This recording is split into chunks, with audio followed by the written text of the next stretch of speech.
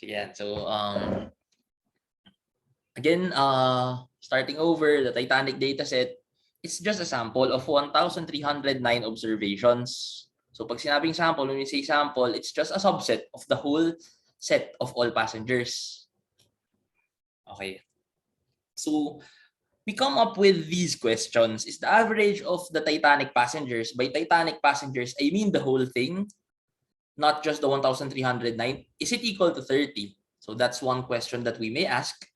Number two, does age differ? Actually, these are the questions that you're asking from last meeting. Does the age differ among survivors and those who did not survive? So that's another question.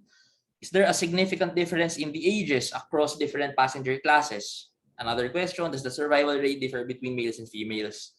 So each of these questions, it's answerable by hypothesis tests. So ano ba yung hypothesis test? So maybe we can go back, stat 101 muna tayo. Let's answer the first question. Is the average age of the Titanic passengers equal to 30? So let's first illustrate the problem. The problem looks like this. Wait lang. And so the problem looks like this. I have this set of Titanic passengers. I know I have a subset of 1,309 passengers right here, which I have data from them. And I know their average age. Their average age is, sige, check ko lang saglit. I think I have it right here. 29.88. So how did I get that average? Just X bar. Add every age, so divided by n. So wait lang, I'm just gonna count how many are there. Medyo matagal to. I don't think it's 1,309 since some observations are missing. They didn't, we don't have a record of their age. So just wait a while. Wait lang. Tagal. Minanual ko eh. 600, 700.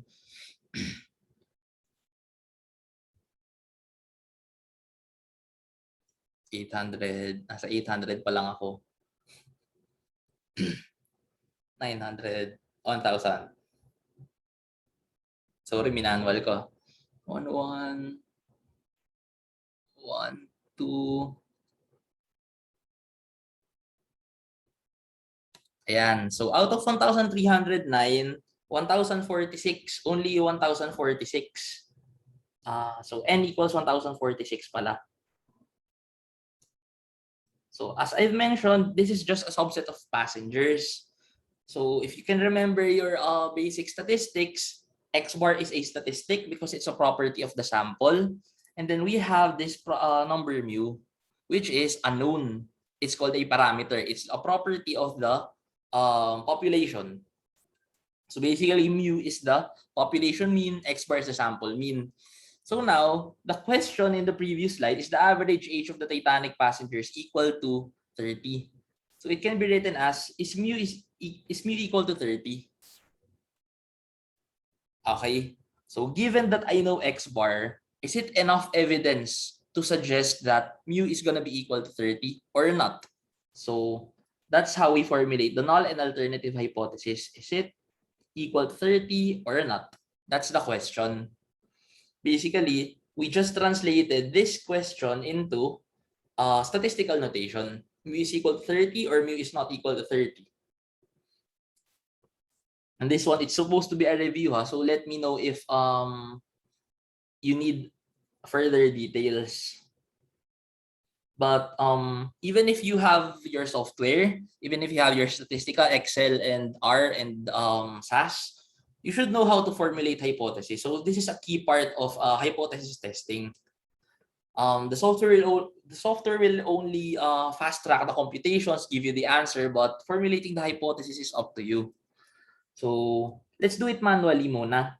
So when doing it manually, just a recap, the first step is always to formulate the null and alternative hypothesis. Okay? Step 2, I think it differs from reference to reference, but the way I discuss it, I want you to specify a significance level. Most of the time, it's going to be 0.05. So common choices are 0.01, 0.1, 0.05. Most common, 0.05. So let's just set it at 0.05. Okay, number 3 is decide what type of test are we gonna use. So okay, alala pa, mga z-test, t-test, what do you think? Let me know. Given the scenario that we have right here, we have n equals 1046, x bar is equal to 29.88. Those are the only given. I think I can get S as well since I have the raw data. What do I use? A z-test, a t-test?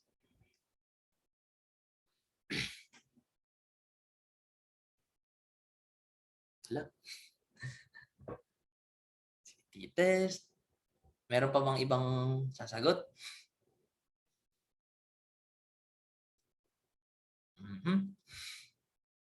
Wala talaga. Sige, so z-test naman yung isa. Sige, actually both are correct. Why? It depends actually how your teacher taught you back then. The truth is, being stat majors, when you don't know what sigma is, when you only know S, alam naman ang difference. S is the sample standard deviation, sigma is the population standard deviation. If you don't know sigma, you're gonna resort to t-test. However, there's a rule na when n is greater than 30, diba? Even if we don't know sigma, we can use a z-test. So tama si Javi, tama si JC. So any of the two will do actually. Doesn't actually matter na ngayon at this point ng studies ninyo. Because it's performing a t-test is approximately the same as performing a z-test when n is quite large. So n or z, I don't care. At this point, ha? So, all right. So T, for the purpose of illustration, I'm just gonna use a t-test. Okay? Just gonna use a t-test for 1 min. Bakit ginagamit si t-test? Advance lang natin saglit. When we use Statistica, we don't really have a z-test. So it's only performing a t-test. That's why I'm using a t-test. Okay? So number 4 is to set up the critical regions. If you did it. So a t distribution is bell-shaped. So since it's a two-tailed test, paki-interrupt na lang ako pag hindi na maalala if you can't remember this. But since it's a two-tailed test, our critical numbers, we have two at the two tails. Kaya nga two-tailed test, right? So what are those critical numbers? We look at it through the t-table. T-table since it's a t-test. Z-table if it's a z-test. Sige, wait lang. So ano yung critical value niya? Naalala pa ba? Ito kasi ay given na stat majors kayo, dapat medyo memorize nyo yan eh. 0.05 two-tailed test. Or hindi na maalala. Sige, wait lang. Punta tayo sa t-table. Let's look at the t-table.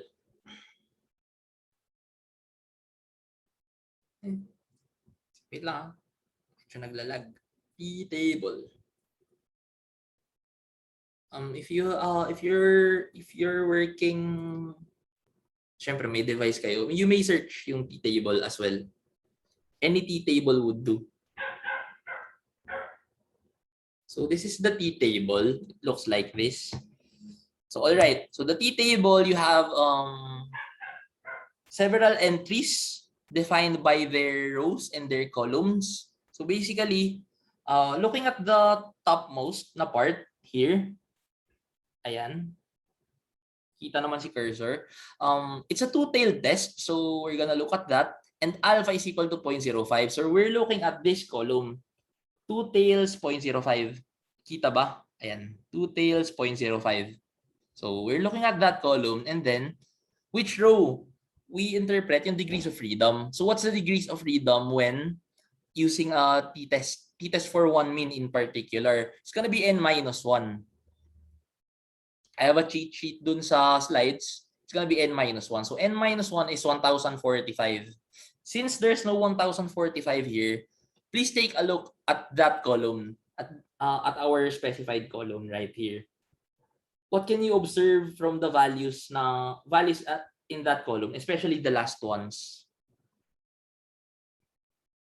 Papalapit sila ng papalapit, di ba? So it's converging towards 1.96 slowly, right? So approximately at degrees of freedom equal to 1045 n-1, it's approximately 1.96. That's why a z-test and a t-test are, well, asymptotically equivalent yung tawag. Because when n is large, basically when you look at the t-table, it becomes the value at the z-table, 1.96. That row kasi, the 0, it's the value in the z-table. So yun, 1.96 na, clear na. So this will be negative 1.96 and 1.96 since the t distribution is symmetric. So guys, any questions so far muna? Excuse me, what's our mu is 30, what's our x bar? Huh? What's our? X bar. X Sample bar. mean. Sample mean is 29.88. Our S, standard deviation. Haven't computed it yet. I'll give it to you later. What's our sample size? 1046, right? This is still the Titanic example, ha? Okay? So step 5, looking at the next slide, since it's a t-test, we have to solve for the test statistic. That's step 5, solve for the test statistic. Again, notes, degrees of freedom is equal to n-1. So plugging them in, P, the test statistic is equal to x bar minus mu null over S over square root of n, which is equal to 29.88 minus 30 all over, let me compute the standard deviation. Sample standard deviation. Wait lang, F2 to F1310. So that's 14.41. Of course, you can compute that using Excel, or if the numbers are quite small, n is quite small, you can use a calculator. Square root of n, square root of 1046. So I think, Javi, nagko-compute ka, right? What's the answer? Yeah. Negative 0.2693 if you round it up to 4 decimals. 0.2693? Yes. Okay. So thank you. All right, so that's the test statistic. Step 6, we decide if the test statistic falls within the critical region, the shaded regions, we do reject HO. If not, then we do not reject HO. Where does that fall? Somewhere here, negative 0.2693. H now. We don't see X. Yeah. Yes, we do not reject HO. Then lastly, step 7, of course, we have to put it into context. When we do not reject HO, what does that mean? Is it we accept H null, HA? We accept HO ba? Ano bang turo sa inyo nun? Anyone? When we do not reject HO, that means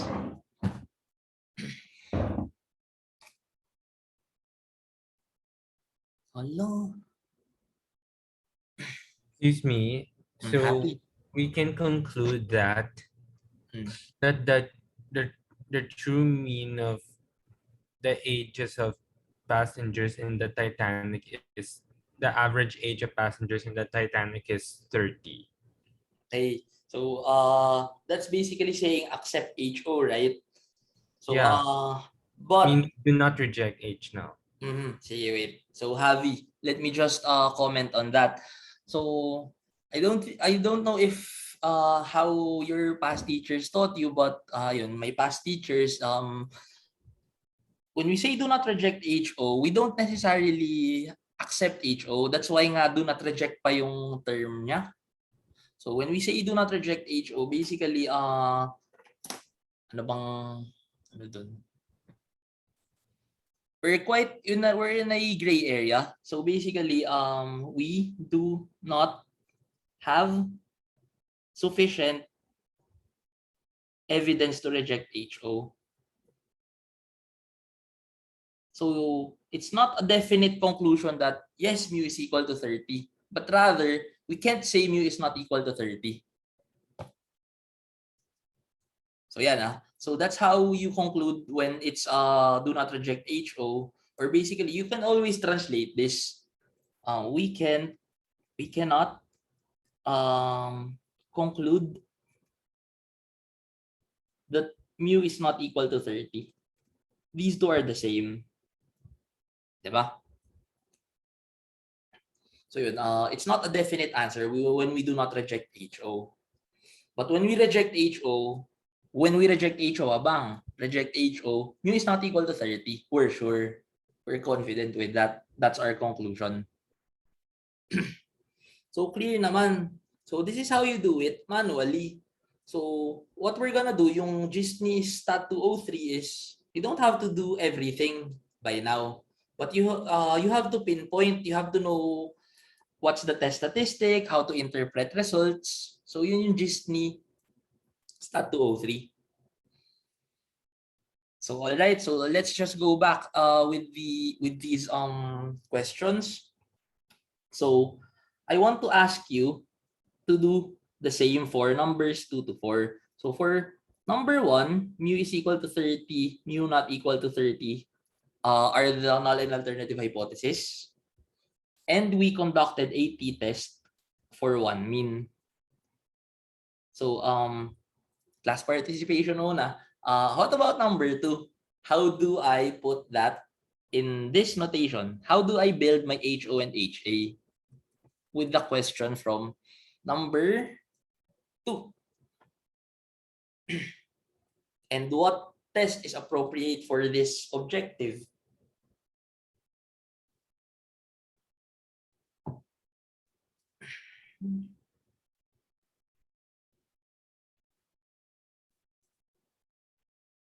Hello?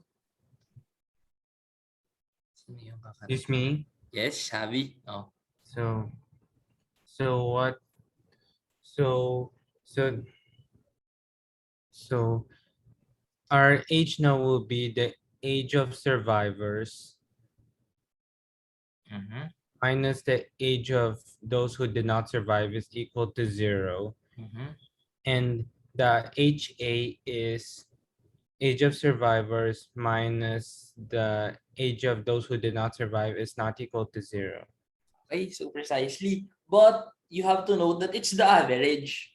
So does the average differ? We're always testing for some parameters. So we're looking for the parameter mean, mu.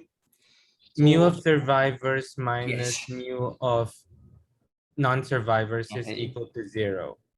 And it's mu of survivors minus mu of non-survivors not equal to 0. Yun. So okay na. So that's how you formulate that hypothesis. Also, of course, you're part of the math department. So of course, you know how to transpose, right? So this is just mu something like this, diba? Are they equal or not equal? So what type of test is appropriate for this? T-test ba yan? Z-test? ANOVA? Chi-square?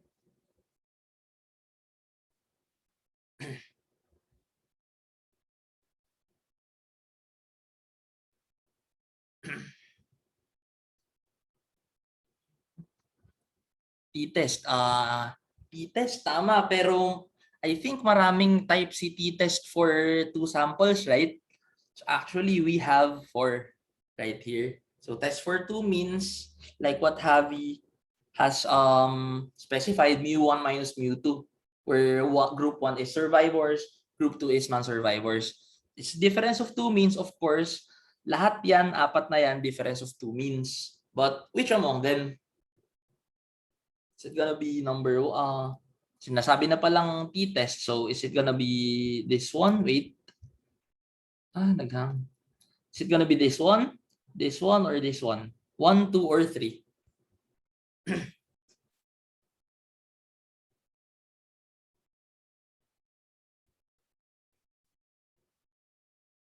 Sige. 2 or 3? Actually, ang alam lang natin, we only know that it's not gonna be 3 because 3 involves paired samples. So paired samples, may flow chart kasi siya. So let's go back just a few slides right here. So in flow chart, when we know that it's a test for difference of 2 means it's gonna be, first you're asking, is it gonna be independent or dependent samples? If it's gonna be dependent samples, dito na lang, then you're gonna perform a paired t-test. Okay, so next, among those 3 lang for independent samples, we're gonna ask another question. Can we assume that sigma 1 is equal to sigma 2? Or equal ba yung variance nila? If yes, then we do case 2. It's called a pooled variance t-test. Whereas in this case, if we cannot assume that the 2 are equal, then we call it a separate variance t-test. Kalimutan na natin si z-test ngayon. Let's forget about the z-test because we rarely know about sigma. And we only use that when sigma is known. So, all right. So, we're sure it's not going to be a paired t-test. It's going to be either a pooled variance or a separate variance t-test. Either of the two, we're going to answer it later. Okay?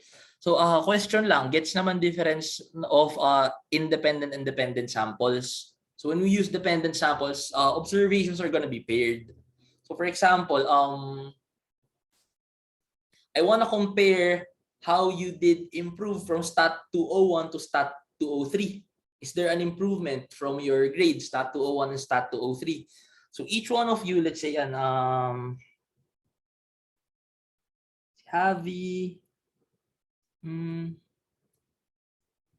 you're gonna have a 201 grade, you're gonna have a 203 grade, right?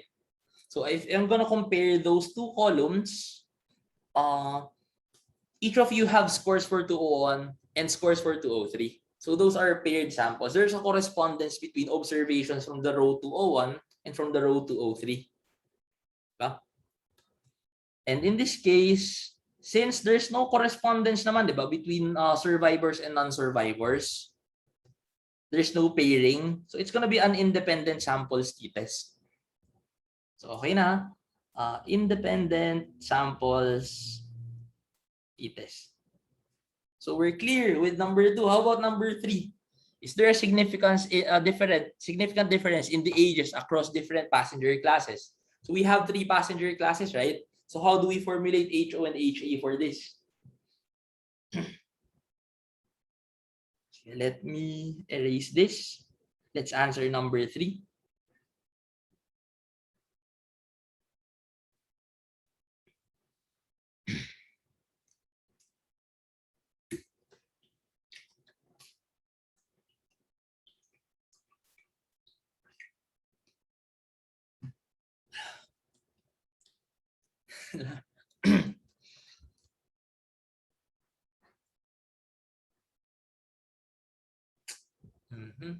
Alam, medyo mahirap pala, no? Honestly, hindi na naaalala to, number 3. How to do this.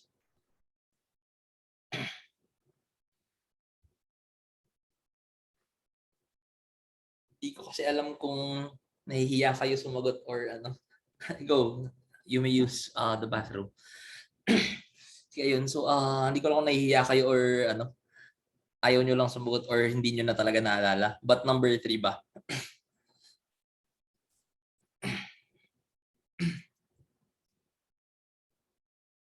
Ganun pala talaga. Sige. Okay. So I think I'm gonna make changes with the schedule, with the schedule of the exams. All right. So since independent learning week next week, I can't give you exams, but I think I can give you some materials, right? So maybe you can review some dito sa 101 stat 101. So, but number 3, just to continue this meeting, recap lang naman ito. but details you may review sometime, some other time. So that's gonna be mu1 HO is equal to mu2 is equal to mu3. So we have three groups, right? Different passenger classes.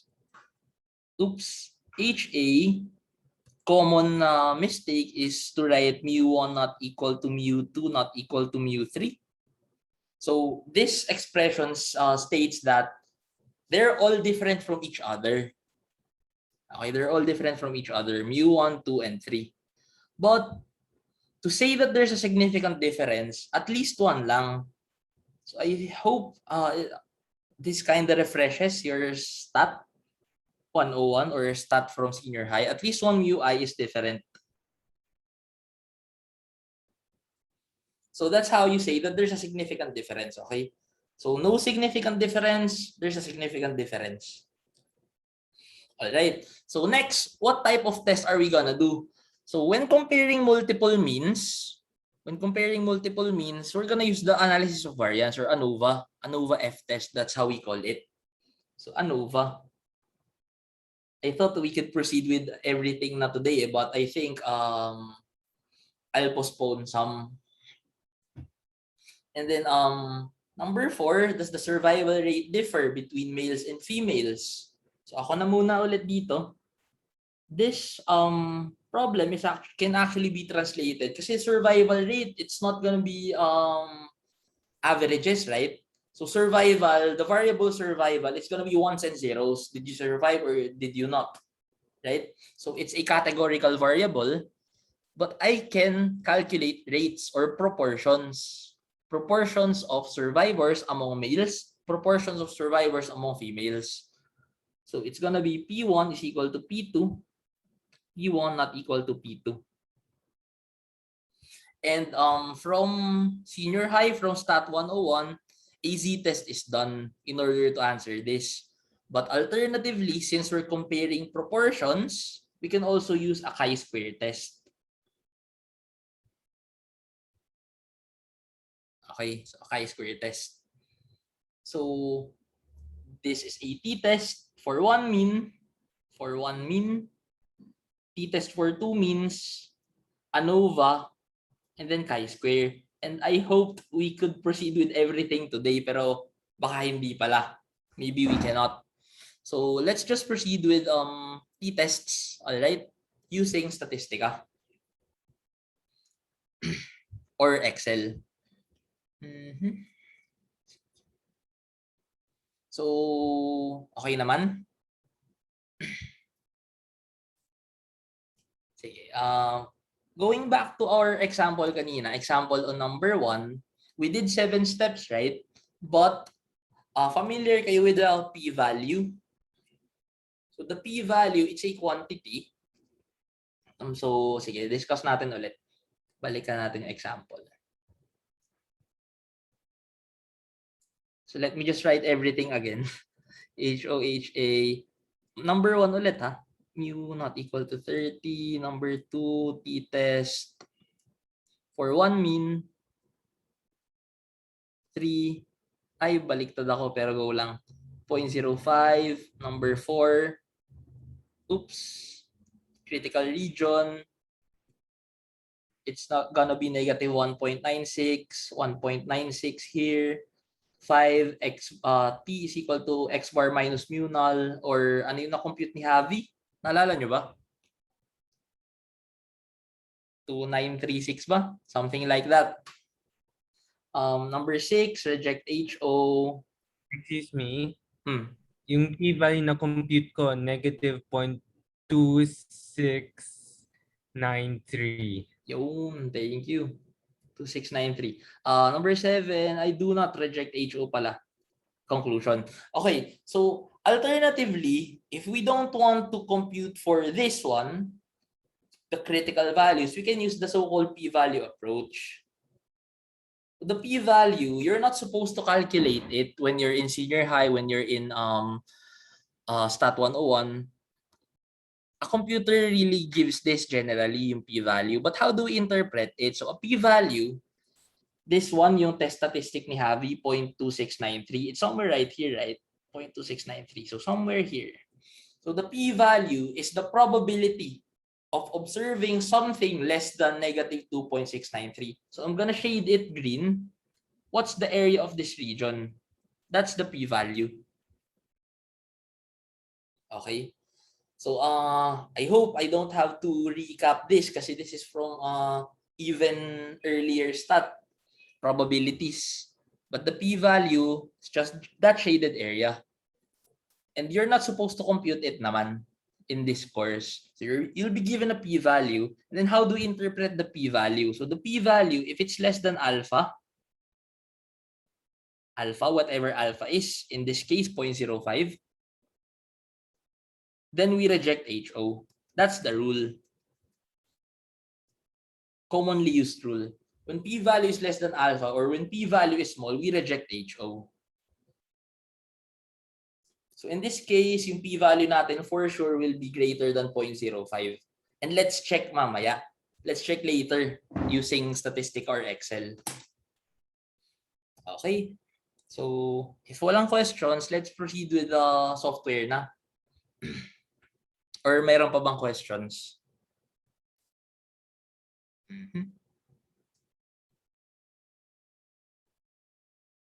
Sige, wait. Gagawin ko next. Share screen. Bang. Okay, so ito yung data. Kita na, no? So, how do we conduct those tests? Ano ba yung questions natin kanina? Now, question number 1 is age equal to 30 or not? So, unfortunately, ayan, so just a brief contrast about regarding Statistica and Excel. Excel has almost everything. Keyword is almost. Statistica is very much more powerful. It has more functions. It can do about everything that we need in this class. Pero yun, if I'm gonna prefer something, R talaga. And we're gonna go later on doon. But let's make use of these these programs, Excel and Statistica. So at the data tab, you can see this data analysis button.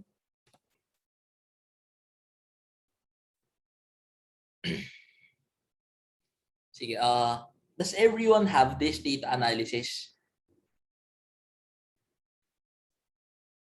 Sige, pag walang data analysis, you can activate it right here. So file tab, options, then add-ins. If you're following out, then go. Then just check analysis toolpack and analysis toolpack VBA. If that's checked, lalabas siya. There will be this button, data analysis. So this data analysis tab, load lang. You're gonna be asked what type of analysis is you're gonna use. So is it gonna be ANOVA? Is it gonna be two-way ANOVA? Correlations, descriptive, F-test. So there's a lot. However, we don't have the test for 1 min. So that's one limitation of Excel.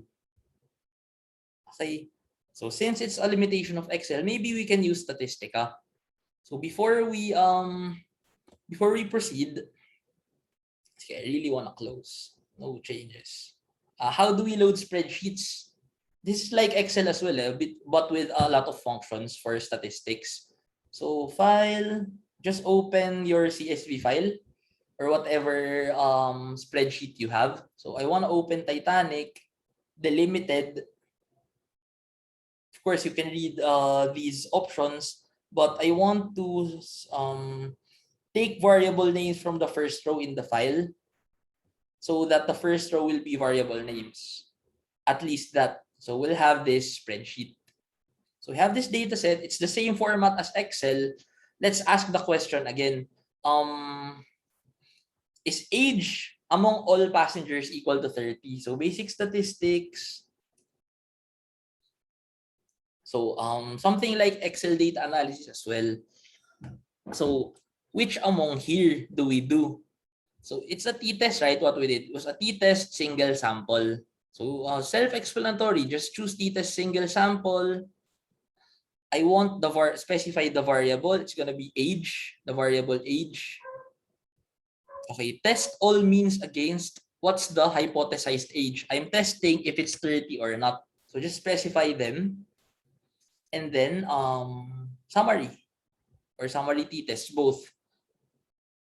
Sige, tingnan natin yung advanced. Advanced tab. Don't need that. Options. Don't need that as well. But this one, p-value for highlighting, this will be your alpha. So I want it to be 0.05. So summary, we're gonna have these results. So all right. So results natin, the mean, the X bar is 29.88. Pwede ba i-zoom? Can you read it naman? So the X bar is gonna be 29.88. S is gonna be 14.41. As I've mentioned, N is 1046 lang. So ito yung p-value. This is what Javi has computed. Medyo off lang by a bit because, again, what we did was an approximation. This is the exact answer. So that's the test statistic. But it's negative 2.26, right? Yung sagot ni Javi kanina. So it's the same. Yeah? It's about the same. It's because you're dealing with the rounding and stuff. But anyway, I gave negative 0.26, but that should be close already. Yes, yes. So there you have it. Because of truncating and because it's just an approximation, it's almost the same. So it's basically the same. Negative 0.26. This is the degrees of freedom and this is the p-value. Okay, so the p-value, as I've mentioned earlier, it's gonna be quite large. It's not gonna be less than 0.05. And tama ako. I'm right. 0.789739. So with these results, given that you have formulate null and alternative hypothesis na, you already have your answer. So HO and HA, p-value is 0.789. It's quite large. We do not reject HO. So ganun kabilis. So that's how software aids us. Okay. So moving on. Nasaan na ba So we failed to reject H null, right? Yes, we failed to reject H null. It's the same answer, of course. Accept H null. Can we say that? Actually, no. As I've explained earlier, when we fail to reject HO, it's kind of a gray area. We're not necessarily accepting HO, but rather we can't say definitely.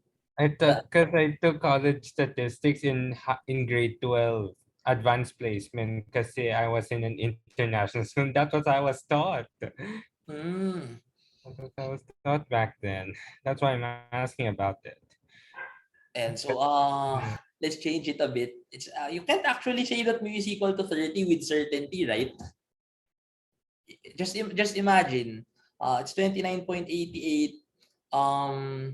We say that we say that it's unlikely that it's not equal to 30.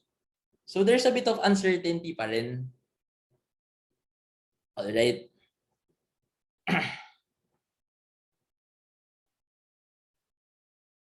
So clear tayo dun, ha? How do we conclude? How do we interpret p-values? So let's ask another question using one mean lang. So fair. So fair, the average is, by the way, yung mga descriptive stat that we did from Excel, we also have some of them with Statistica. Basic statistics, we start new. Descriptive stat, we just choose which variable. Let's say fair, I want to take, so I can choose frequency tables, box plots, graphs, summary statistics. So summary statistics muna tayo. So apparently the average is average pala is 33.29. Is it in US dollars, I think? 33.29 or 33.3. So now we want to ask some question.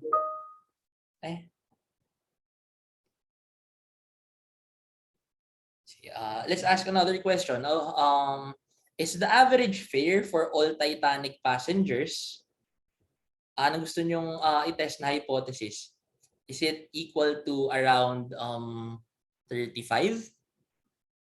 So that type of question. Saan na ba yun? T-test single sample, variable is gonna be fair. So this is 35. Saan nanggaling si 35? I just wanna ask that question. Summary t-test.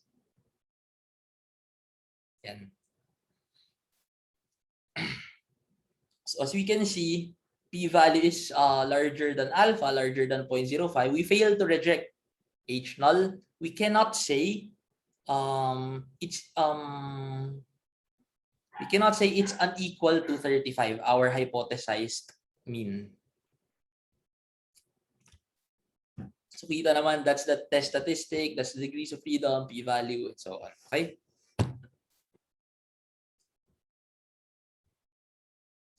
So far, clear tayo?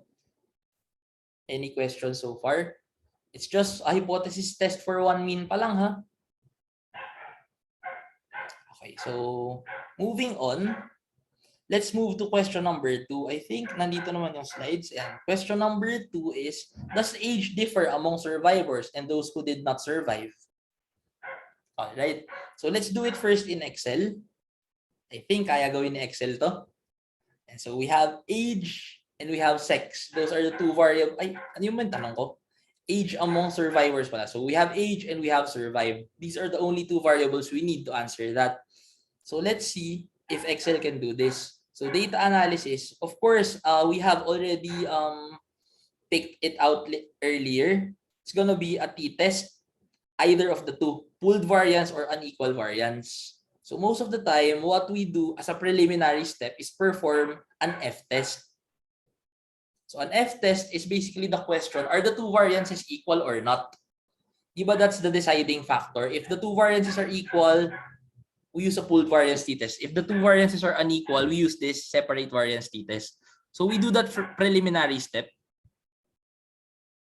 Ito. So this is another limitation of Excel and Statistica. You're being asked to input variable 1 range and variable 2 range. So tawag dito, Excel expects you to put into one column the ages for the survivors, and for variable 2, one column for the age of the non-survivors. Our data is not structured that way. So we can't do it straightforward. So we have to really have to clean our data again. So I'm just gonna do it manually, but you can use pivot tables and so on. For the non-survivors, paano ba ito? Wait lang ha. We can use filters. I want to yung mga non-survivors muna. I wanna copy age in this column. Bakit? Wait lang. Okay, yan na yun, ages of the non-survivors. And then next, we want to filter age for the survivors. So let's copy this column again. Yan. So we already have these two variables. So age, non-survivors, age survivors. So that's how Excel wants us to structure our data. Then we can use the data analysis toolpack na.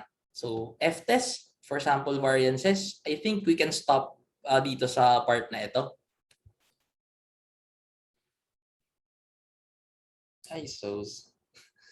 Could you select all? Is it possible to do that? I think so. Thank you for suggesting. Because what you just did, if I were to do that, I would have been going all the way down until the 1,000th or something. Something wrong with strategy during the quiz. Haven't tried this. But let's see. So yan ha. Highlight column A, highlight column B. Labels. Labels. That's basically asking if the first rows are labels. So yes, they are labels. Alpha is 0.05. That's standard. Let's see if this works. Yun, nice, happy, it works. Okay. So the average age for the non-survivors is gonna be this, X bar 1.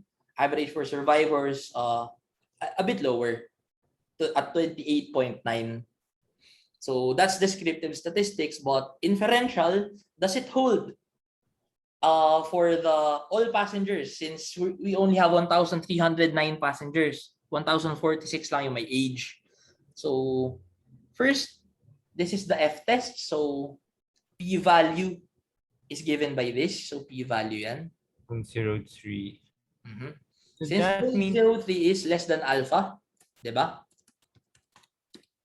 Yes. Okay. So what do we know from this? So as I've mentioned, this is not yet the t-test that we want to do. This is just a preliminary test with the following HO and HA.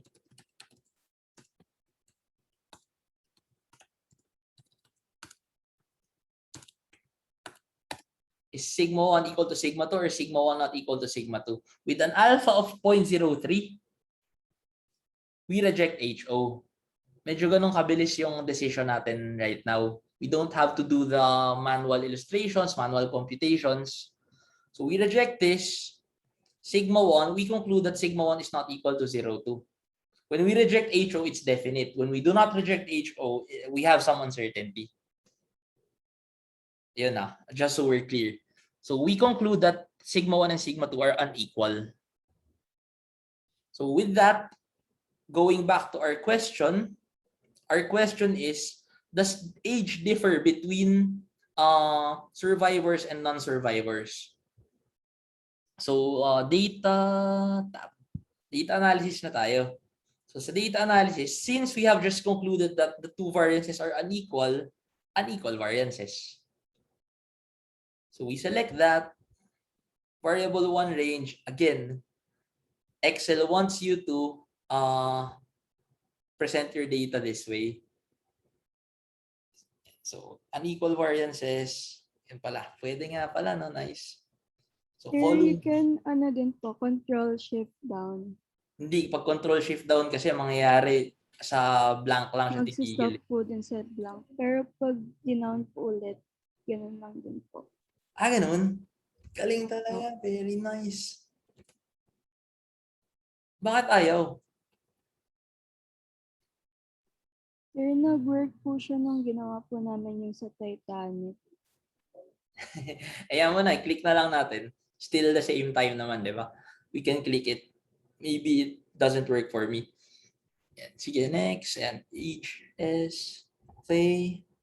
Labels, 0.05. Hypothesized mean difference is 0. As Javi mentioned kanina, mu1 is equal, mu1 minus mu2 is equal to 0. Diba? So it's gonna be 0. You have to put it right there. So we have these results. It's a t-test. It's a two-tailed t-test. So we interpret this p-value. Is p-value less than alpha? No. Less than 0.05? No. So what we do is, again, do not reject HO. Do not reject HO. We don't have sufficient evidence to say that they're unequal. Okay, clear na tayo dun. So, medyo mabilis siya. Yun lang actually yung, that's actually STAT203. You're supposed to know everything before, but ayun. We're just gonna do it using Statistica or Excel. So, clear naman ito.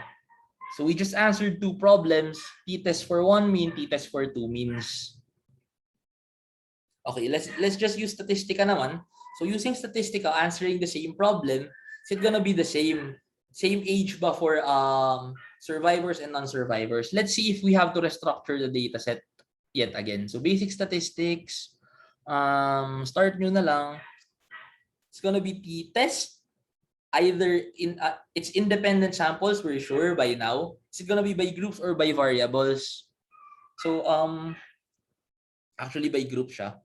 So you're given an option.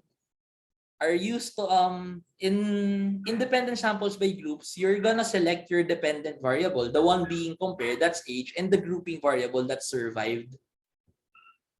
Unlike Excel, you have to restructure your data set such that one column is age for non-survivors, one column is age for survivors. This one's straightforward.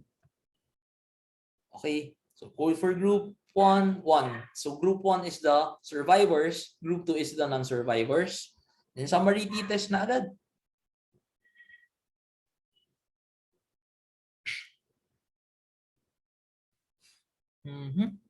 So we have the same numbers naman. Yan, 0.0727 yung p-value. Tama ba? Iba yung ginamit niya. Sige, wait lang. Let's recheck it again. T-test by groups, variables, age across different survivorness. So advanced, let's see the options. Ayan. I didn't click this kasi t-test with separate variance estimates. We have to click this. You can also click yung Levin's test and so on. Levin's test is a comparison of variances. Wag na lang. Okay, we're gonna have this.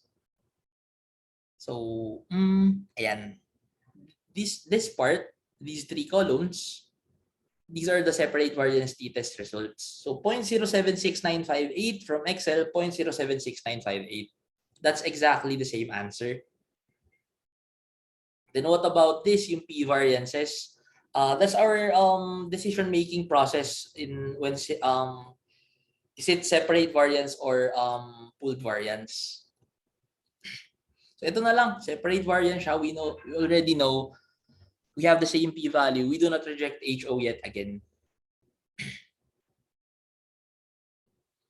So ano, kamusta so far? Is it fine? Okay pa naman?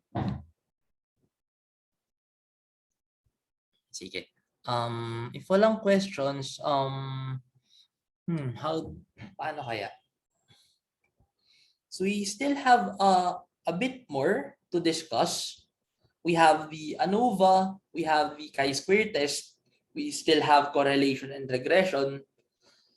But I think iwan ko na muna sa inyo. I can leave it with you to review a bit about that. The next meeting, we can demonstrate them as well. How to do ANOVA, how to do post-hoc tests, how to do chi-square tests, how to do correlation and regression. But for now, familiar na with the basic structure of Statistica and Excel for data analysis. Yeah. Excuse me. Yes.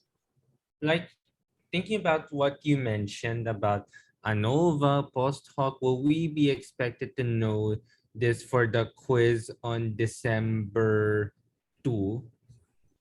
Sige, I'm thinking about changing that. So wait lang Plano ako in front of you. Okay, Sige, ano ba yung ano natin?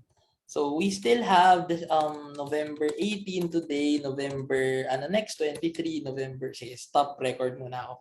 Next time